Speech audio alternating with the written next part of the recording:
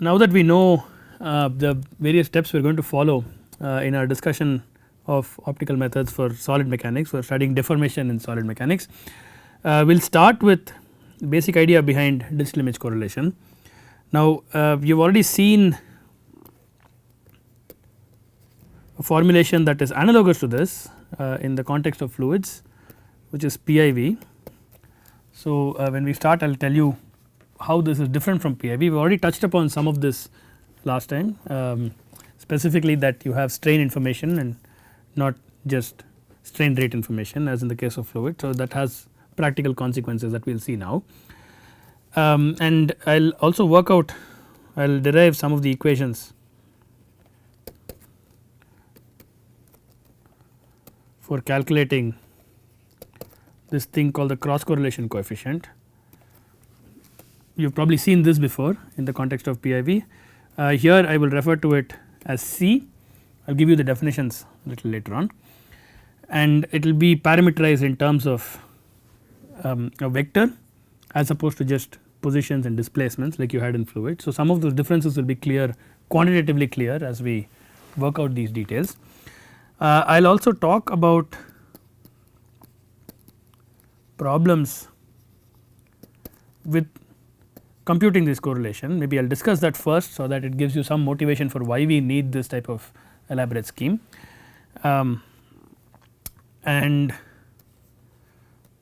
then we will develop an iterative technique at the very end, okay, for calculating CFP, and then from there determining what the minimum value is and what the corresponding P is. Okay. So, we will set it up, and then in the next session we will look at the actual practical steps that go into a typical implementation once you know what the equations are about.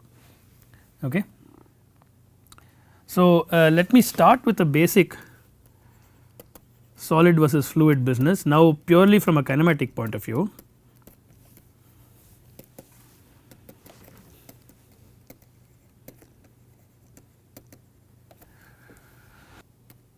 So, let us say we have an object that looks like this and it is deformed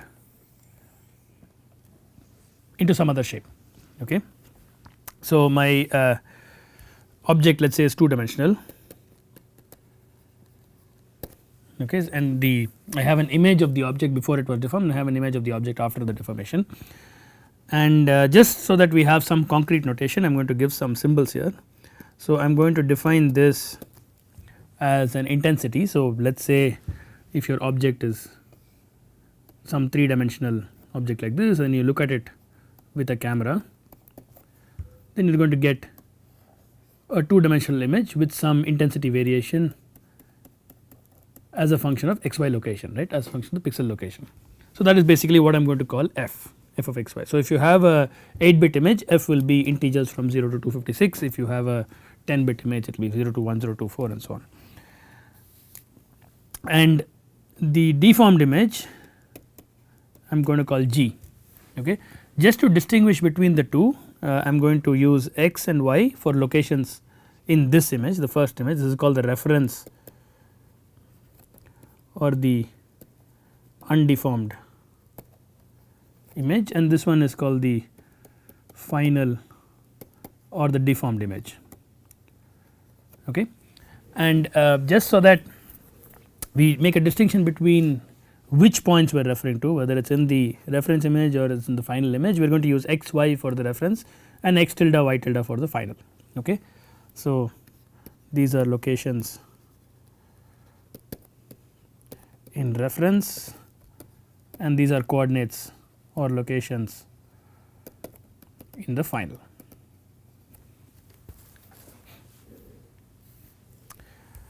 Now, typically, like I said, if you have an 8-bit image, f is an integer. So, it is either 0, 1, 2 blah blah blah up to 2 to the power of 8 minus 1, and likewise if you have a higher bit image you will have more values for f, but they are all discrete, right, and the same applies to g. These are the only values that each of these locations, point locations, can take. Okay. And you have also seen some basic notions of what a discrete image looks like. So, the x comma y are pixel locations typically. So, x y and x tilde y tilde are typically pixel locations in a digital image. So, that means they are also integers, they go from 1 2 3 4 up to the size of the image. If it is a 500 by 500, then those are the limits on x and y. And so, you have 3 integers x, y and the actual value or the intensity of the image. Now, we are assuming of course that this is a grayscale image, we will work only with grayscale images. Okay. Now, just so that we can do some calculus, so we can take derivatives of the intensity or derivatives of the values, we will make an approximation. So, this is typical of most of these image processing schemes. We will use an interpolation method, and the method we are going to use here is bicubic, which means I will represent f as f of x y is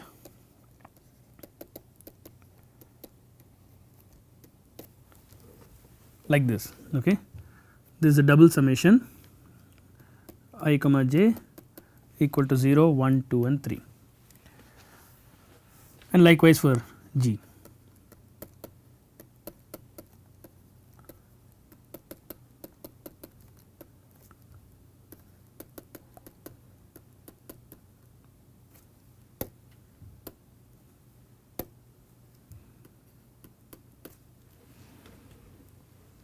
Okay, so, this is the basic framework we are going to use. So, you have a map, let us call this map chi, which takes the undeformed image and creates a deformed image out of it.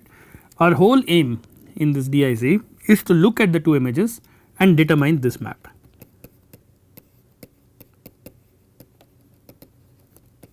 Okay, that is the basic problem we have to solve,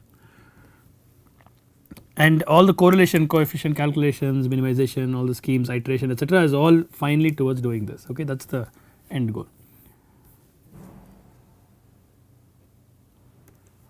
So, now let us rewrite this bicubic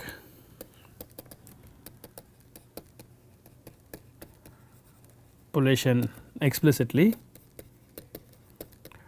Again, you will see why this is needed, because you will have to take derivatives of the image intensity to be able to evaluate the cross correlation coefficient, and if you have discrete values, the higher order derivatives you take, the poorer your approximation becomes, the fewer points you will have. So, doing interpolation saves you this trouble.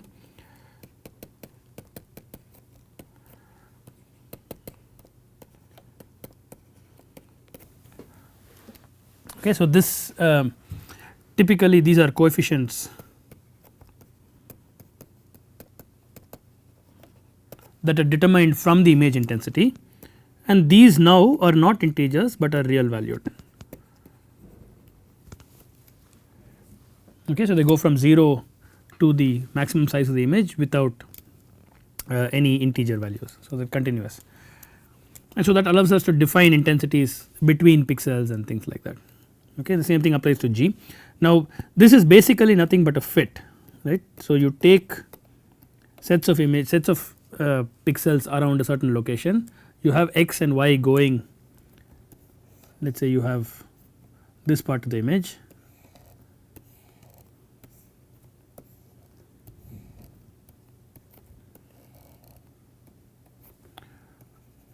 you have some intensity here, but you want to basically interpolate from here all the way till here, from here all the way till here, from here all the way till here, from here all the way till here, and so on. Okay, so, you want to get a continuous variation in the intensity. If you were to plot the image intensity along this line, so the non interpolated value will look, let us say this is f and this is along this line, let us say this is y equal to y naught. Okay, so, you are going along x. So, if you plotted x in the uninterpolated image, it will look like this, maybe, right.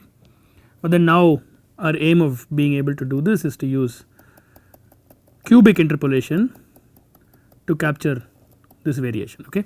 And so, this allows you to take second derivatives, and you will see second derivatives will become important in the iteration scheme like I mentioned. Okay. So, even though f is an integer valued function, we are now going to assume that it is a continuous function that can take values on continuous coordinates. So, the 3 integer sets that we had before are now all real numbers, okay, for the rest of the formulation. So, please keep that in mind, and the same thing of course like I said applies also to G, and this is done in terms of the Bij. So, the Bij are all fits, Aij are all fits, they have to be determined for each image completely, okay. You will have a whole set of Aij, Bij, from each location you will have a set of them. Good. So, what are we going to do?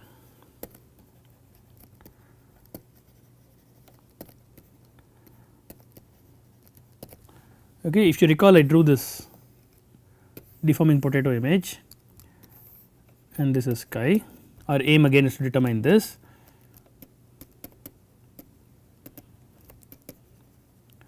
And the way in which we will do it, if you think about it naively, is you take small sections of this and you match with candidate sections here,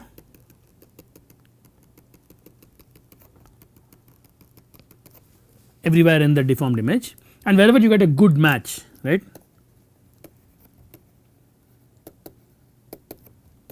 wherever you get a good match, it is very likely that this has been deformed into the matching subset here, okay. So, this is called a subset,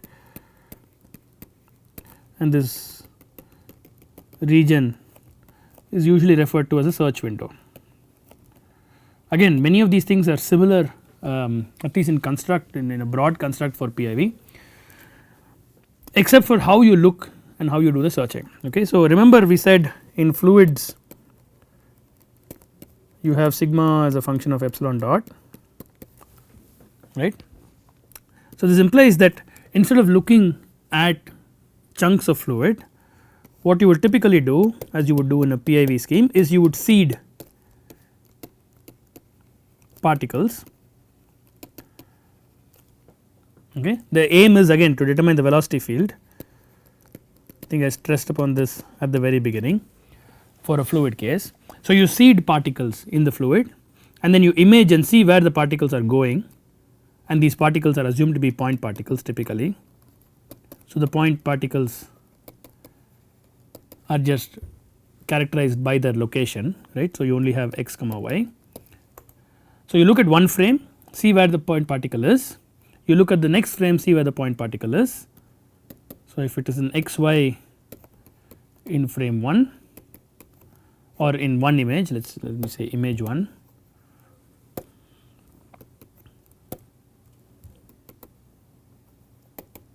and if it is at x tilde y tilde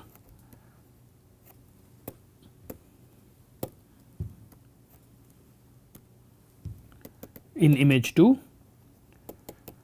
then the displacement between the two images is x tilde minus x, y tilde minus y. So, this gives the delta x bar for the particle, for one particular particle, and if you know the time distance between these two images depending on the frame rate at which your imaging was done, then you get the velocity at that particular location x comma y as delta x bar divided by delta t, right. This is typically what you will do in a PIV scheme, and you do this for every single particle, and presumably you have lots of particles, then you will calculate a velocity field, and so that will give you the flow field in the fluid, right. Now, notice we said that for solids, because of this strain dependence, this scheme will not necessarily work, okay. The reason being, if you have a region here in a solid and you have a corresponding region here, the solid is not just the section of the solid is not just getting translated, the u and v or the x components that we had the x tilde. So, if I call this u and I call this v, just say for velocity components, the u and v are not sufficient to determine the shape of the deformed subset. So, the subset not only is getting translated, but it is also getting rotated, presumably it is also getting stretched, it could also be getting sheared and so on, right. So, the subset, if I call this S, So, S if it was like this in the undeformed configuration, in the deformed configuration it could look like this under a different location. So, not only do you have to figure out where it has moved, where the center of the subset has moved, but you also have to figure out what shape it now has taken in the deformed image, right. So, now you automatically realize that the search scheme is not just looking for uv, but is also looking for gradients of v and u, and these also become important because the gradients are what tell you what the final shape is. Okay. So, this makes the correlation search more complicated. Okay. So, that is something you want to keep in mind. Now, not only does this make the search more complicated, but it also makes the image, it puts some stringent constraints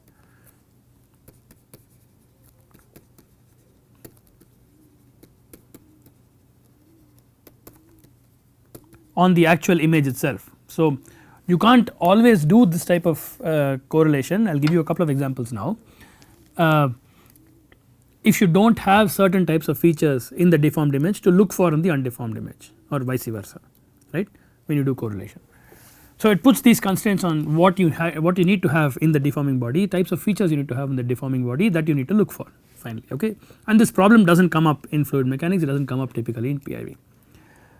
Before I illustrate this, I will show you a couple of images. The images are taken from a book, and I will also give you the reference for that book. The formulation that I will present is also taken from the same book. It is by Schreier, Ortiu and Sutton. It is a very standard reference book. It is called Image Correlation for Shape, Motion and Deformation Measurements. Okay. This is a very standard reference. You will find most of the information that I am discussing in some form in this book. Okay. Now, I will show you a couple of images that are also borrowed from this source, that discuss what type of constraints you need when performing this type of correlation calculation or this type of matching on subsets in a solid. Okay. So, here is the first example. So, this is called the aperture problem. This is the first issue that you will encounter. The name is sort of self explanatory, I think, which aperture basically, if you if you have worked with a camera before, aperture is the size of the opening through which light is allowed to enter and go into the sensor. So, assume that you have, this is your camera, so this is your lens and you are seeing through this. Okay, we will do not worry about the right hand side image first, I will talk about the left hand side image. So, let us say you have a line in the left hand side image in the undeformed configuration, and the line in the deformed configuration is here, the dashed line. Okay. Now, your objective is to find out what the displacement of the line is, right. Now, the obvious thing that you would do is say, okay, the line has moved to the right like this, like it indicates here, but because the aperture you have is very small, there is no way you can tell if it moved horizontally like it is shown here, or if it moved up and horizontally, or it moved down and horizontally. Okay. Now, notice that again in PIV, since you are looking at typically tracking points, you do not have this issue because the point is inside the field of view, you know where it is moved. So, it is a direct correlation and you can actually calculate what the displacement is uniquely. However, here since the line is going out of the field of view, there is no way to tell exactly what the displacement is in a unique way, right. So, this is called an aperture problem. The solution is fairly mundane and simple. You just make the aperture larger, in which case hopefully for a reasonably large enough aperture, the endpoints of the line will also now be within the field of view, and now this issue will not come up, right. So, if you know that it is deformed like this, you know that the displacement has to be like this. Okay. and likewise if there is a rotation you know that there is a translation and rotation simply because you can correlate what the endpoints have done and then you can correlate every single point on the line with an analogous point on the deformed configuration. So, this is the first problem you will encounter and that you have to keep in mind while working with DIC with solids. The second problem is the following, this is called the correspondence problem.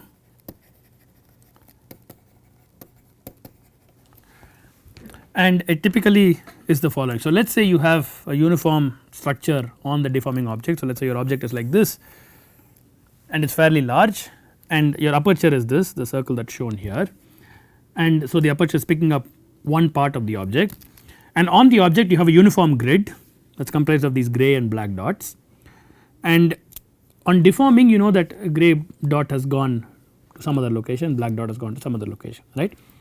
The only problem here is again it is similar to the aperture problem, which is that there are an infinite number of grey dots, and so correlating one grey dot uniquely with another grey dot on an infinite lattice or large lattice which is not whose endpoints you do not know also poses a uniqueness issue.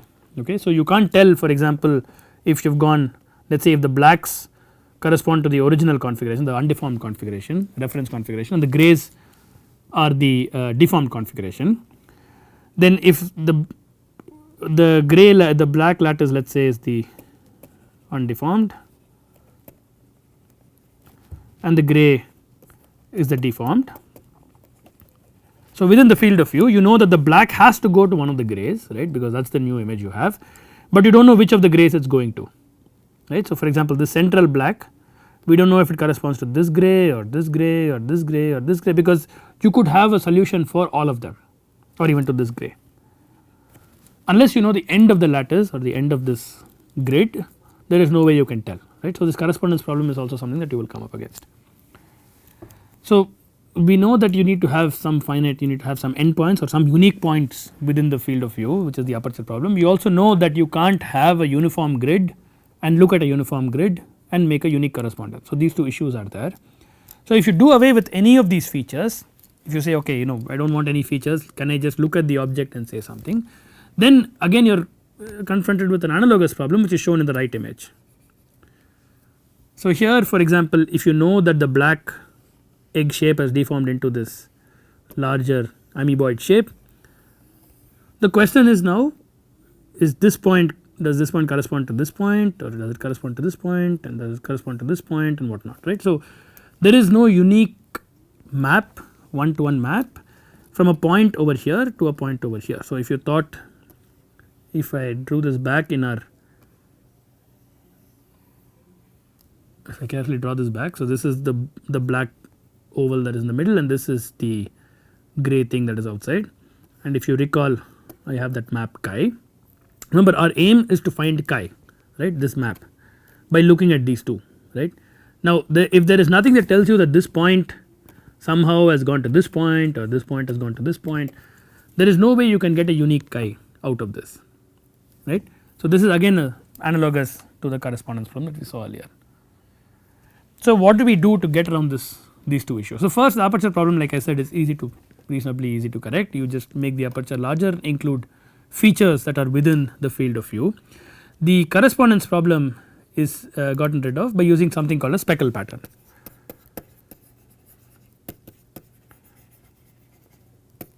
Okay. Now, this is typically, these are three typical Speckle patterns that you can see here, and this is typically a random pattern. Okay. The random pattern alleviates the correspondence issue, and the fact that you have sections, you can for example take a subset like this.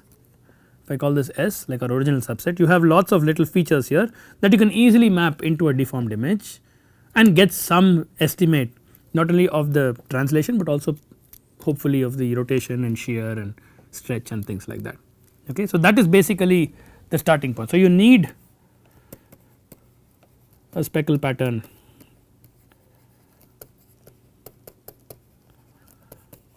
for correlation evaluation with not just displacement, but also its gradients. Okay. So, that has to be there. So, any DIC scheme should start with a speckle pattern.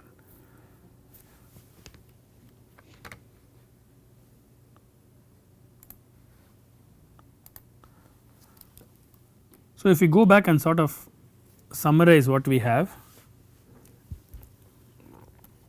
to start with f x y and g of x tilde y tilde, and this will have a speckle pattern on top.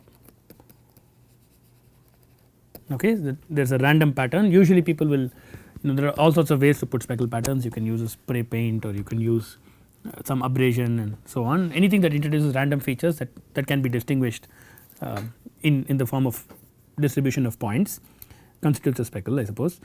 And now you start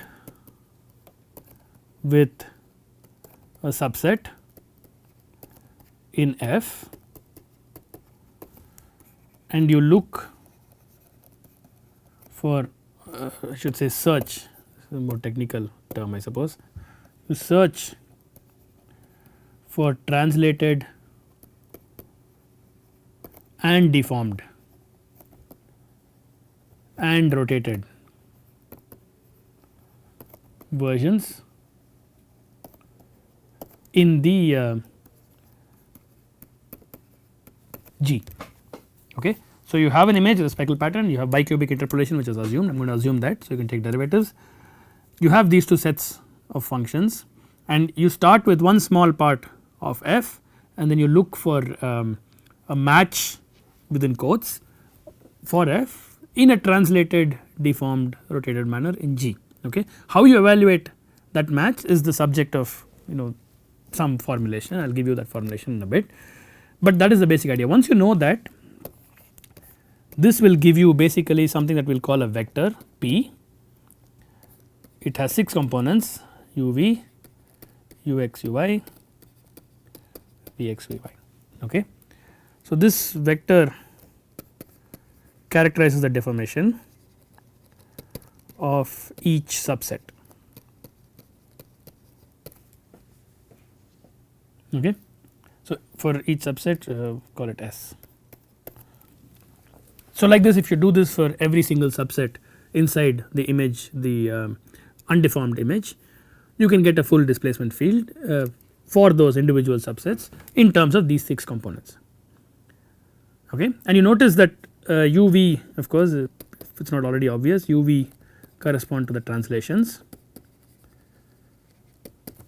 the deformations correspond to ux, vy, uy plus vx, right.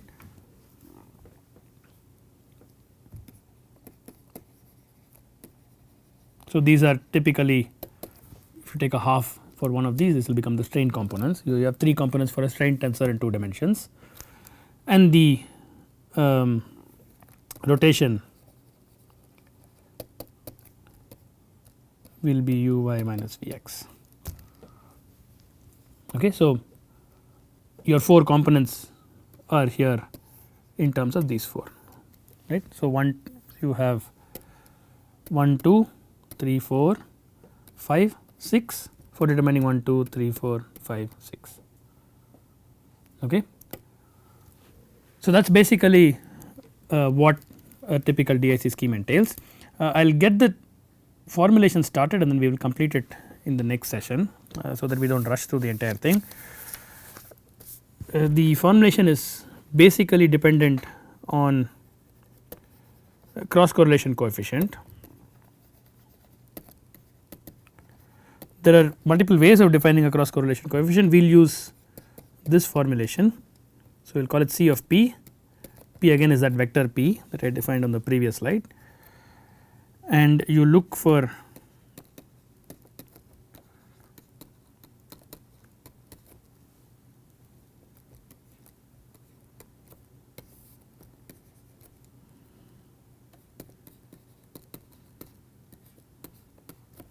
the summation is done for all x y inside the subset, inside the subset, right. So, you have discretized set of values for x and y. At every single value you calculate the C of p correspondingly by assuming again that x tilde y tilde are the deformed values of x y using p. So, you translate from x y using u v and then you change shape using u x u y v x v y and so on like I discussed earlier, and then you basically calculate this value for each combination of p, right. So, given one p, so given 6 components, one single 6 road vector for instance, you will get one value of c. Okay. So, for one particular p bar you will obtain some value C of p bar. Okay. So, if you change p bar by a little bit, you give different values for the 6 components, you will get a different value of C and so on. So, you can keep doing this ad infinitum, and the lowest, or I should say extremum value of C bar of a C of p bar, this gives the actual or an estimate of the actual p. Okay, just like you would do correlation minimization in PIV, this is analogous, but only now you have 6 components instead of 2. Okay. And then this will give you the actual location of S and the actual shape. This location of course comes from u v, and the actual shape of S in the deformed configuration that comes from the gradients.